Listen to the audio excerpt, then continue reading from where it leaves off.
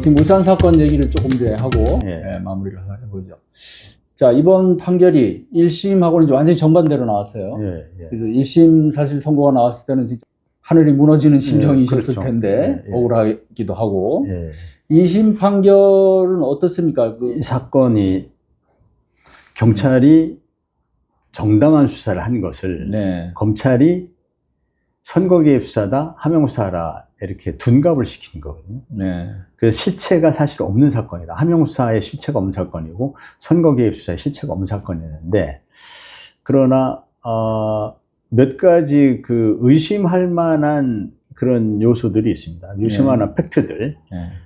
검찰이 그런 대중들이 볼 때 의심이 들 만한 팩트들을 잘 엮어가지고 그럴듯한 시나리오를 쓴 거거든요. 그래서 그걸 가지고, 대대적으로 이제 언론 프레임을 딱 짜가지고 대대적으로 하명수사 프레임을 가지고 언론 플레이를 하고 하니까, 그러니까 그 대부분의 사람들이 그걸 기정사실로 받아들입니다. 아, 뭐 문제가 있었구나. 그 다음에 그 청와대, 예컨대 의심할 수밖에 없는 것이, 그렇게 의심할 만한 팩트들을 언론에 흘려주니까 문재인 대통령 소원이 송철호 시장 당선되는 거래. 그러면은 뭐 청와대가 막 다 나서서 도왔겠구나. 청와대가 나서서 도와줄 수밖에 없겠네. 이렇게 생각이 들죠. 그 다음에 송철호 시장 후원회장을 조국 민정수석이 했대. 와, 민정수석이 그 정도면은. 근데 상대방이 김기현 시장인데, 김기현 시장 수사를 경찰이 했는데, 그 경찰 수사를 황운하가 했는데, 황운하가 조국하고 친하대. 뭐 이게 탁탁 맞아 들어가잖아요. 그리고 황운하하고 송철호하고 둘이 만나서 저녁 먹었대. 뭐 이런 게 이제, 그리고 경찰이 수사한 첩보가 청와대에서 내려온 거래. 이게 뭐 그럴듯해 보이지 않습니까? 그러니까 사실 모든 수사가 수사의 착수, 수사의 개시는 주관적인 의심에서 시작되는 거거든요. 주관적인 의심 없이는 수사를 할 수 없죠. 주관적인 의심을 가지고 주관적으로 생각하는 겁니다. 어떤 사람은 의심을 하기도 하고, 어떤 사람은 그거 뭐 그렇게 의심할 만한 거 아닌 것 같은데 이렇게 생각할 수도 있어요. 그 정상적인 것 같은데 청와대가 그 첩보 보내는 거 정상적인 거 아니야? 그 첩보 받으면 경찰이 당연히 수사해야지. 그 선거 때로 수사 안 해? 너무 당연한 거 아니야? 그리고 당시 황운하가 그 송철호 시장을 만나가지고, 그때 송철호 시장 만난 게 아니라 울산 지역의 전체 오피니언들을 계속 만나면서 돌아가면서 유지개를 만난 거죠? 계속 그때 국민의힘 의원들도 계속 만나고 이렇게 만나면서 그때 이른바 수사권 조정에 대한 우호적 여론 형성을 위한 각 시도 경찰청장들의 미션을 경찰청에서 계속 하달했었고, 제가 경찰청의 수사구조 개혁 팀장을 하면서 그걸 시도경찰청장들한테 그 미션을 하달했었거든요. 그런데 이제 시도경찰청장으로 간 마당에 누구보다 적극적으로 그런 일을 나서야 되기 때문에, 그래서 그걸 위해서 당연히 만날 수 있고 열심히 그 우호적 여론 형성을 위해서 여론화 작업을 한 것이죠. 그 뭐 당연히 할 수 있는 일이네, 이렇게 볼 수 있죠. 그런데 주관적인 의심을 가지고 그 수사를 시작하다가 이제 자신의 의심이 사실이라고 뒷받침할 만한 증거들이 안 나오면 이걸 접어야 되거든요. 경찰 수사하는 것 같으면 이런 걸 접어요. 이제 아니구나. 그 애초에 그런 이제 큰 시나리오를 꾸밀 만한 경찰은 뭐 그런 엄두도 내지 않지만, 검찰은 이 영악한 사람들이고, 또 나중에 무죄가 되든 말든 본인이 책임을 안 져요.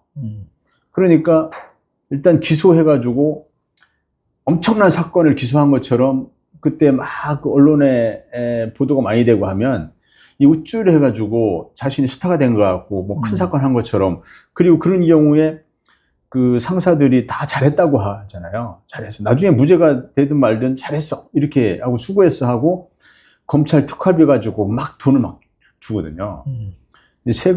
국민 세금인 특활비 가지고 사실 없는 사건을 만들어내는데 잘했다라고 하면서 돈을 줘버리는 거예요. 윤석열 검찰총장 시절에 특활비가 뭐 엄청나게 나갔잖아요. 그러면 그게 역대 최고 금액이 기가 막힌 일인데, 없는 사건을 만드는 걸 가지고 국민 세금 가지고 특활비라는 명목으로 막 그 포상금을 막 주는 거예요.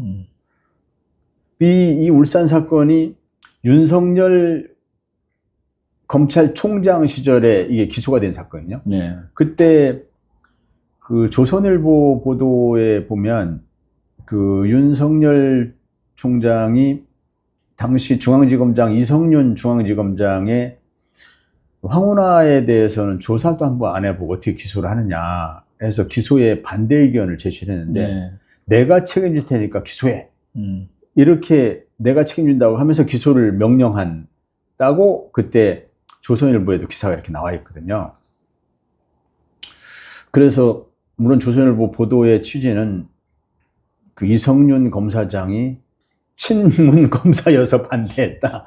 여기 이거를 윤석열 검찰총장이 검찰권을 남용했다에 초점을 맞춘 게 아니라 반대겠죠. 예, 친문 검사여서 혼자 반대했다. 이렇게 초점을 맞춘 그 보도였지만 어쨌든 거기서 확인할 수 있는 팩트는 윤석열 검찰총장이 내가 책임질 테니까 기소해라. 이거는 이제 틀림없는 네. 팩트거든요. 그 윤 총장이 뭐 책임질 방법도 없으면서 내가 책임질 테니까 기소해라. 이러면서 그 대대적인 언론 플레이를 한 거죠. 한 두세 달 가까이, 2달은 넘고 3달은 좀 안 되는 기간 동안 엄청난 그런 언론 플레이 해가지고 그러니까 그때부터 뭐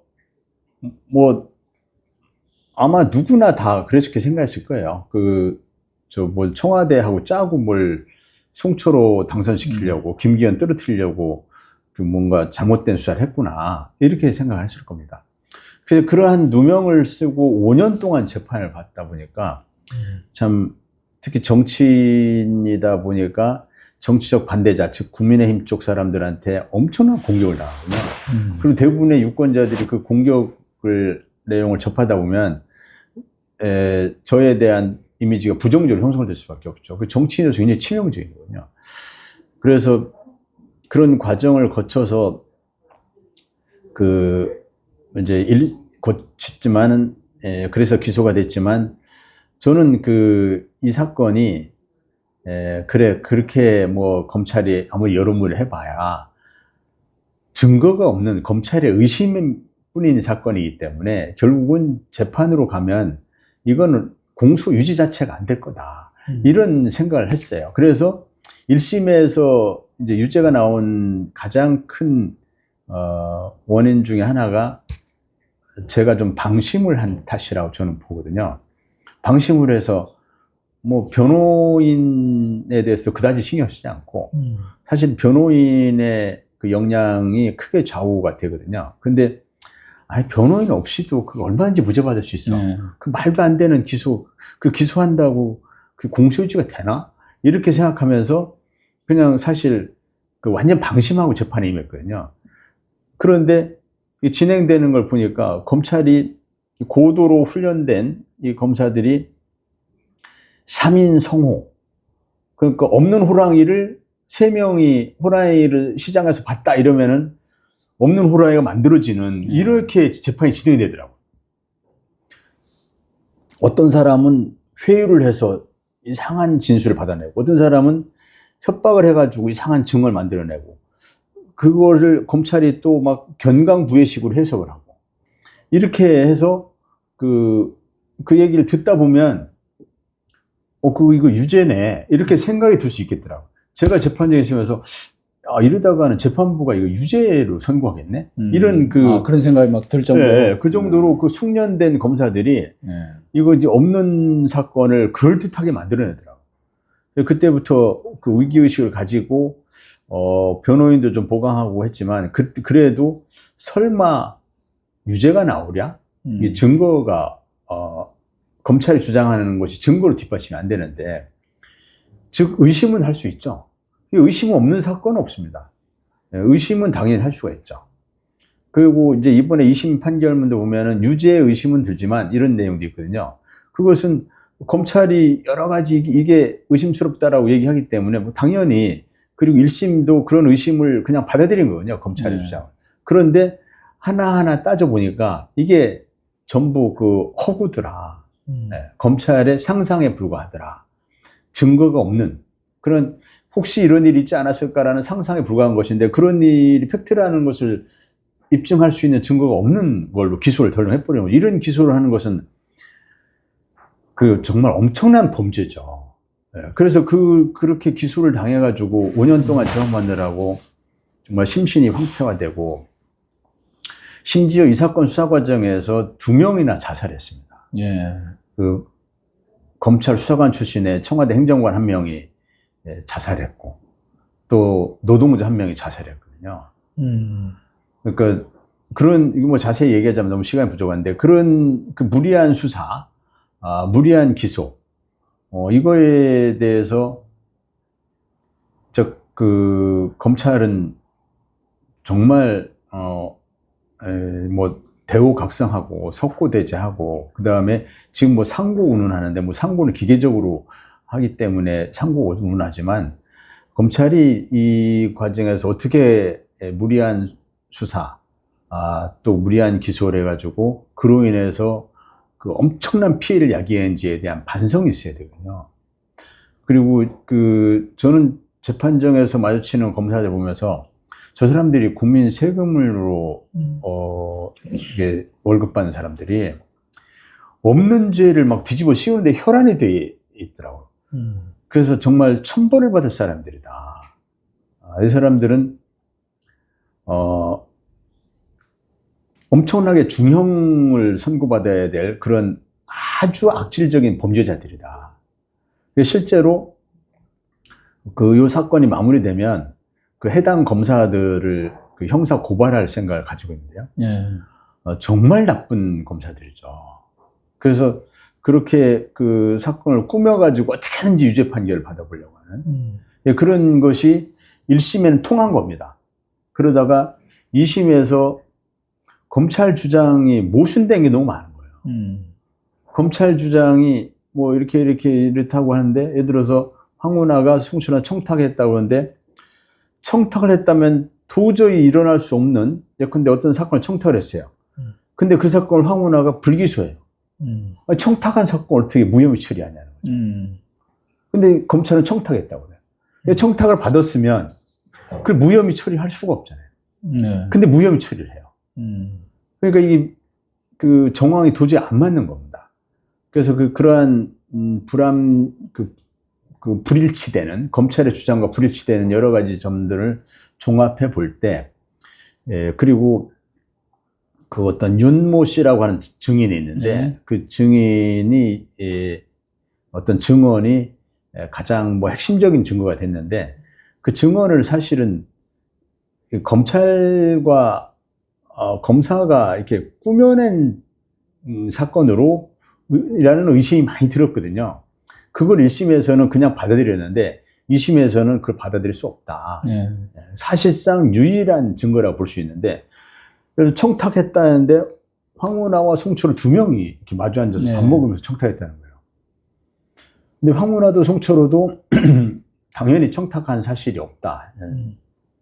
근데 그 송철호가 저녁 먹고 와서 다음날인가 뭐 아무개에게 뭐라고 얘기를 했다. 근데 갔다 와서 뭐 어제 모임이 잘 됐어, 어제 만남이 잘 됐어, 뭐 이런 식으로 얘기를 했다는 거예요. 그걸 가지고 청탁이 있었기 때문에 잘 되는 것이다, 얘기했을 것이다, 뭐 이렇게 꾸며내요. 근데 그러한 증언 능력이 없다. 그 사람이 꾸며낸 얘기일 가능성이 높다 해서 그걸 배척한 거죠. 그리고 설사 그게 사실이라 하더라도 그러니까 그 송철호한테 그 증인이 들은 얘기가 사실이라 하더라도 그것 때문에 송철호가 황운하한테 청탁했다라고 하는 증거로 삼을 수는 없다. 그게 결정적인 그 무죄 이유가 된 거죠. 설사 그런 비슷한 얘기가 있었다 하더라도 경찰 수사는 경찰 수사대로 논리가 있잖아요. 그렇죠. 응? 그거와 상관없이. 네. 청와대, 그러니까 경찰청에서도 그 수사 첩보가 내려온 것이고, 그 다음에 울산에 부임하셔가지고, 자체적으로 그때 그 김기현 시장 형제들, 그 다음에 측근 뭐 비리에 대한 일종의 토착 비리라고 그런 뭐 자료 보고를 받고 그러시지 않았어요? 이 사건에 대해서 꼭 얘기하고 싶은 것 중에 하나가 예. 이 사건으로 수사받고 재판받아야 될 사람은 김기현입니다. 네. 김기현 의원이죠.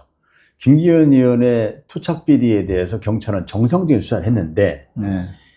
이 수사를 검찰이 계속 막은 겁니다. 정확하게 얘기하면 김기현 본인이 아니고 주변 인물이에요. 김기현 형제죠. 그러니까 예, 네, 형제와 형제, 비서실장인데, 근데 그 측근들. 측근은 직접 수사 대상이 된 것인데, 근데 그 김기현 의원의 형제 비서실장과 김기현 당사자는 공모 관계에 있다고 봐야 됩니다.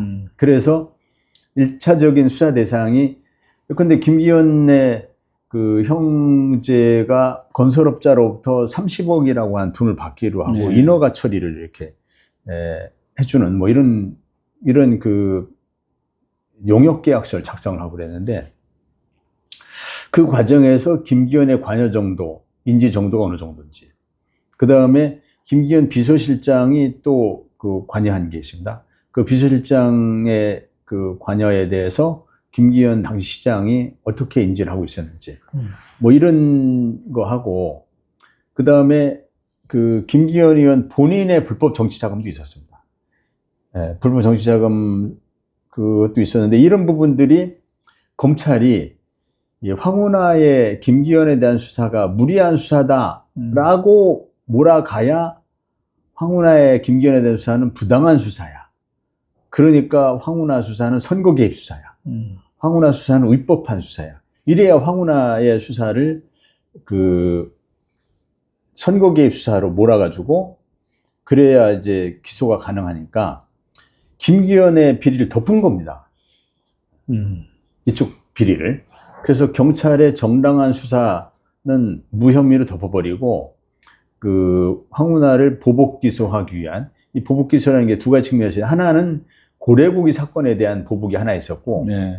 또 하나는, 그러니까 이 보복 기소, 그 다음에 정치 기소인데, 보복 기소라고 하는 것은 고래고기 사건에 대한 보복 감정에서 비롯된 것이고, 정치 기소는 당시 조국 사태가 터졌을 때, 그때 조국을 보다 확실하게 정치적으로 공격하고 검찰 개혁의 동력을 떨어뜨리기 위한 것으로 문재인 청와대를 직접 겨냥한, 문재인 청와대에서 이 선거 개입했다라는 네. 그런 프레임을 짜가지고 하명수사 이 프레임을 짠 그 부분이죠. 그래서 이건 그 정치 기소였고, 보복 기소 정치 기소요 사건이었는데, 아무튼 그 뭐 제가 뭔 얘기를 하다가 여기까지 막 얘기가 돌아갔네요. 그러니까 제가 이제 드린 질문은 그러니까 송철호 시장하고 예. 뭐 밥 먹으면서 설사 그런 얘기가 뭐 있었다고 치더라도 뭐 예. 사실이 아니라고 예. 뭐 당사자들은 당연히 부인하고 하는데, 예. 그와 별개로 경찰 수사에 그렇죠. 예, 예. 정당성은 예. 있다는 거 아니에요? 예, 설사 그래서- 뭐 그게 있더라도 예, 그럼 그걸 청탁 수사라고 뭐 그렇게 할 만한, 단정적으로 할 만한. 그러니까 설사 예. 청탁이 있었다 하더라도 그거를 황운하가 받아들여가지고 네. 부당하게 수사한 게 있느냐? 그렇죠. 그걸 따져봐야지. 그건 별일이 예. 이게 별개잖아요. 완전히 별개고. 뭐 허위 그렇죠. 어떤 예. 혐의를 가지고 예, 예, 예. 그 없는 사건을 막 만들어내냐, 예, 경찰이. 그렇- 그게 아니고, 음. 이 청탁이 있지도 않았지만 청탁이 있었다 손 치더라도 예. 그거를 이번에 2심 재판부도 그렇게 본 것 같은데, 설사 그렇다 치더라도 그거 가지고 청탁에 따른 어떤 불법적인 수사가 있었다라고 보기가 어렵다, 이렇게 판단했는데, 설사 청탁이 있었다 치더라도 그것을 제보로 받아들일 수도 있잖아요. 네. 참고로 할 수 있는 제보. 그렇죠. 예. 김기현 비리가 많답니다 라고 이제 얘기하면은 그러세요? 한번 참고해 볼게요. 이럴 수도 있잖아요. 그렇기 때문에 2심이 그렇게 판단한 걸로 보입니다. 그 시기적으로는 그러면 그 경찰청에서 울산청으로 첩보가 내려온 시기하고 송철호 시장하고 만난 거는 더 어느 게 더 먼저인가요? 이게 이렇게 되는 겁니다. 황운하가 울산경찰청으로 부임하기 전에 네. 고발인이 있습니다. 이 사건의 고발인, 네. 건설업자. 예. 30억 각서 가지고 고발한 사람이 있는데, 김기현 시장 동생과 관련해서. 예. 그 고발 사건이 이미 울산경찰에 접수돼서 진행 중에 있었죠. 진행 중이었어요. 예, 그래서 이미 그 송철호 시장의 뭐 만남 이전에 그 사건이 진행 중에 있었어요. 네. 예, 그 다음에 그게 중요하네요. 그게 중요하죠. 네. 예. 그래서 이미 진행 중에 있었기 때문에 송 시장이 황운하를 만나서 없던 뭐 새로운 사실을 만들어주고 이런 게 아니라 이미 진행 중인 사건을 가지고 경찰은 정상적인 수사를 그거를 소홀히 한다면 네. 경찰이 이제 뭐 정말 정치적 중립을 위반해가지고 한쪽 편에 서서 수사하는 것이죠. 그러면 경찰청에서 뭐 내려왔다는 청와대에서 경찰청으로 보내가지고 그 첩보서 있잖아요. 그거는 그 이후에 또 별도로 내려온 그 거예요. 이후에 내려온 거죠. 이미 예. 울산 경찰은 그런 자체적으로 수사를 하고 있는 예. 상황에서 그래서 역시 여기에서 또 말이 안 맞는 게 검찰 예. 주장이 안 맞는 게 검찰 주장은 송철호가 황운하에게 청탁해서 네. 이 사건이 진행됐다 이거예요. 청탁이 먹혔으면 굳이 청와대에 또 부탁해서 이렇게 내려오게 할 이유도 없잖아요. 그 다음에 청와대에서 그렇죠. 내려오게 하려면 굳이 뭐 송철호 시장이 굳이 예, 뭐 굳이 황운하 만나가지고 뭐 아쉬운 소리 해가면서 청탁할 이유가 없어요. 청와대를 동원해 가능하다면. 그렇기 때문에 그 검찰은 이렇게 하든 저렇게 하든 그 결론은 그냥 무조건 기소야 이건. 이렇게 해놓고 그 만난 것이 청탁 때문이야. 그 다음에 청와대에서 내려온 것이 하명이야. 이렇게 그냥 청탁 하명으로 결론을 내려놓고 그 꿰맞추는 겁니다. 그냥. 그런데 그 경찰의 수사는 아까 조금 전에 말씀하신 것처럼 청탁 하명 이런 거와 무관하기도 하지만 설사 그런 것이 있다 하더라도 당연히 수사해야 될 것을 수사했다면 그게 무슨 문제가 되냐. 그렇죠. 그러니까 네, 당연히 수사. 이전부터 황운하가 부임하기 전에 이미 고발인 이 고발장을 써가지고 수사가 진행된 사건이야. 그 수사를 철저히 수사를 한 것밖에 없어요. 그다음에 그 수사에 대해서 나중에 청와대에서 또 첩보가 내려왔어요. 네. 그 첩보가 정확하게는 청와대 내려온 게 아니라 경찰청에서 왔죠. 네, 경찰. 그 당시 울산경찰청은 이 경찰청에 내려온 첩보로만 아는 거예요. 경찰청에서 그때 뭐 여러 번 접종에서도 그런 얘기를 했었지만 그 첩보가 경찰청에 내려왔길래 황운하는 그런 생각을 한 거죠. 저는 야, 이 울산경찰에 대해서 여기 누가 경찰청에 첩보를 냈는지 모르겠지만 울산경찰의 수사 역량이나 뭐 수사 공정성에 대해 신뢰를 안 하는구나. 그러니까 울산경찰에 얘기하면 될 걸 수사 중인 사건 가지고 이게 좀 철저하게 수사해달라고 울산경찰에 얘기하면 될 걸 경찰청으로 보냈어요. 경찰청에서 거꾸로 내려오겠단 말이죠. 그래서 그때도 역시 이 시도 각 지방의 수사관들 중 지역의 토호 세력들과 유착됐다는 의심을 실제 유착이 됐든 안 됐든 그 주민들은 그런 생각을 많이 하는 모양이구나. 그러니까 못 믿겠으니까 경찰청에다 첩보를 내지 않았겠냐 이렇게 생각한 거죠. 그래서 그 첩보가 경찰청에서 온 건 지극히 참고사항에 불과합니다. 네. 이미 수사가 진행 중이는데. 그리고 송철호 시장이 첩보 뭐 청탁을 하지도 않았지만 했다 손 치더라도 이미 진행 중인 사건이에요. 그냥 참고사항이죠. 그래서 경찰 수사의 정당성은 이번에 재판에서도 그걸 많이 주장을 했는데 경찰 수사는 정당했다. 합법적인 수사였다. 그 선거 개입 수사가 아니다. 수사를 안 하면 오히려 이게 선거 개입이 될 수 있다. 해야 될 수사를 안 하면 그 수사를 받아야 될 사람이 면책이 되기 때문에 그래서 오히려 이제 선거 중립을 해야 하는 거죠. 그래서 경찰이든 검찰이든 어느 수사기관이든 선거를 앞두고 있다고 해서 수사를 안 하는 경우는 없습니다. 물론 이제 급하지 않은 수사하거나 또 선거 운동이 본격화돼 가지고 이때 후보를 부르고 하면 선거운동 자체에 지장을 주는 경우 그런 경우를 제외하고는 그냥 공평무사하게 이쪽이든 저쪽이든 고소고발이 들어오면 또는 뭐 신고가 들어오면 그냥 진행을 하는 것이죠. 아무 그 선거를 의식하지 않고 진행하는 그게 선거 중립이거든요.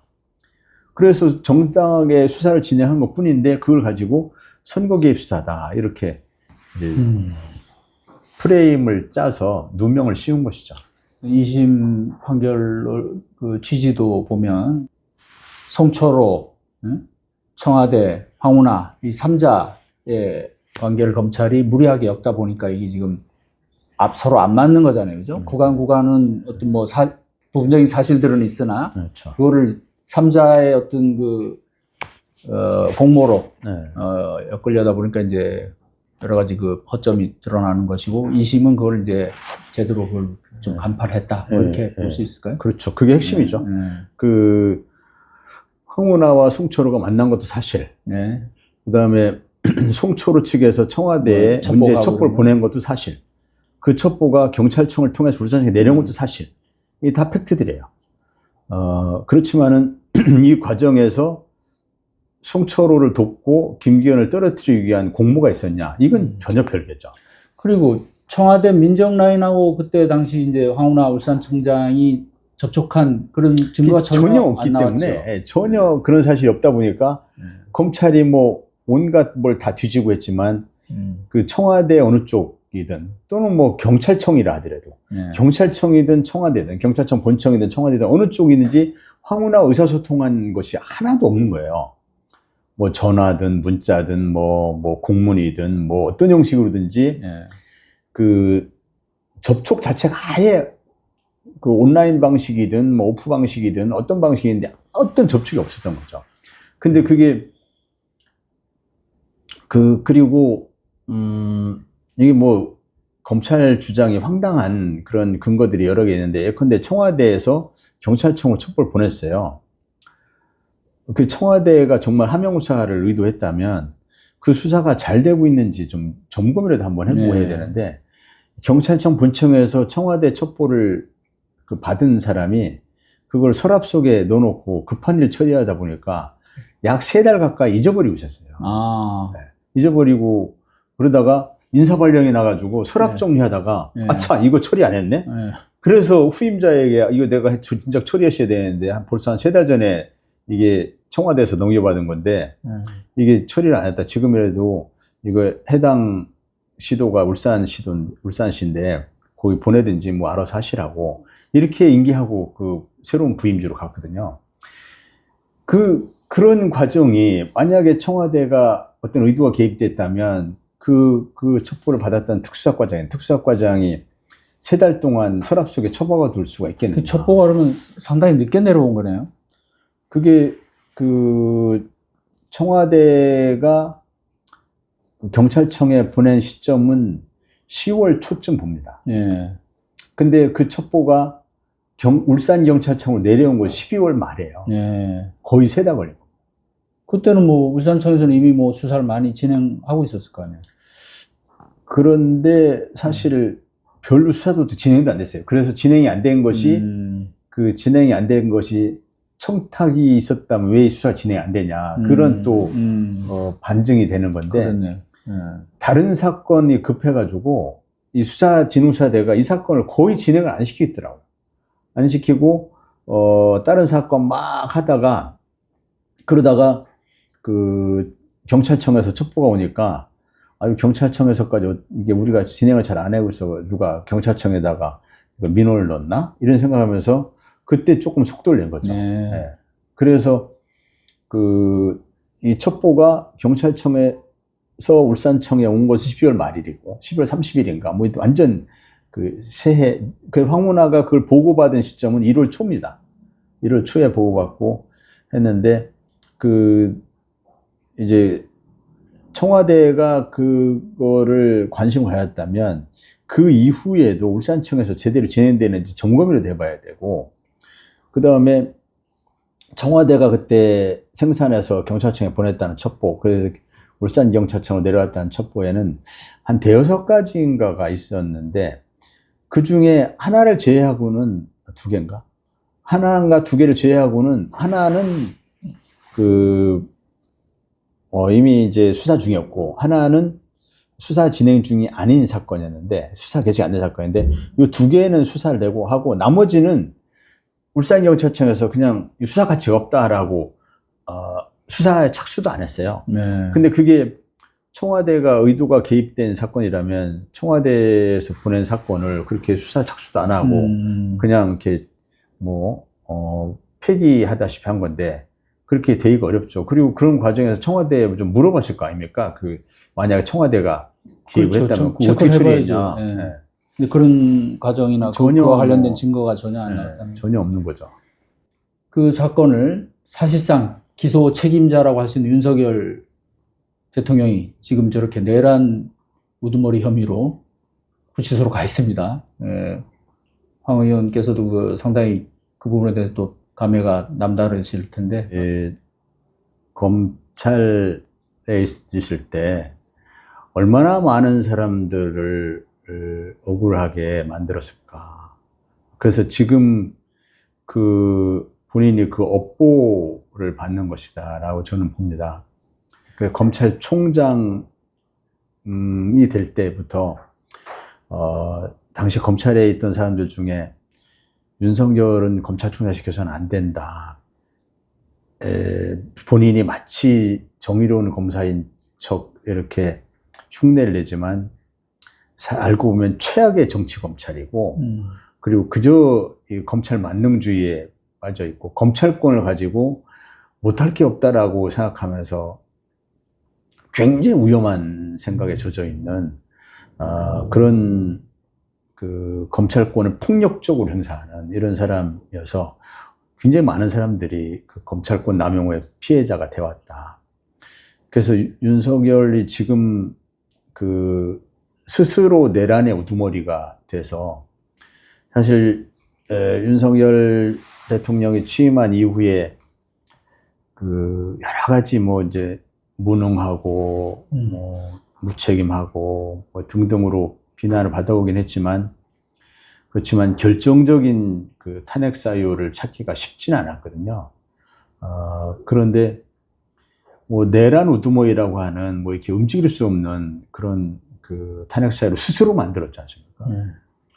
그래서 스스로 만들어서 내란 우두머리로 해서 사실상 이제 탄핵 인용이 확실시 되고 또 그로 인해서 형사재판에서도 중형 선고가 거의 확실시 되고 이렇거든요.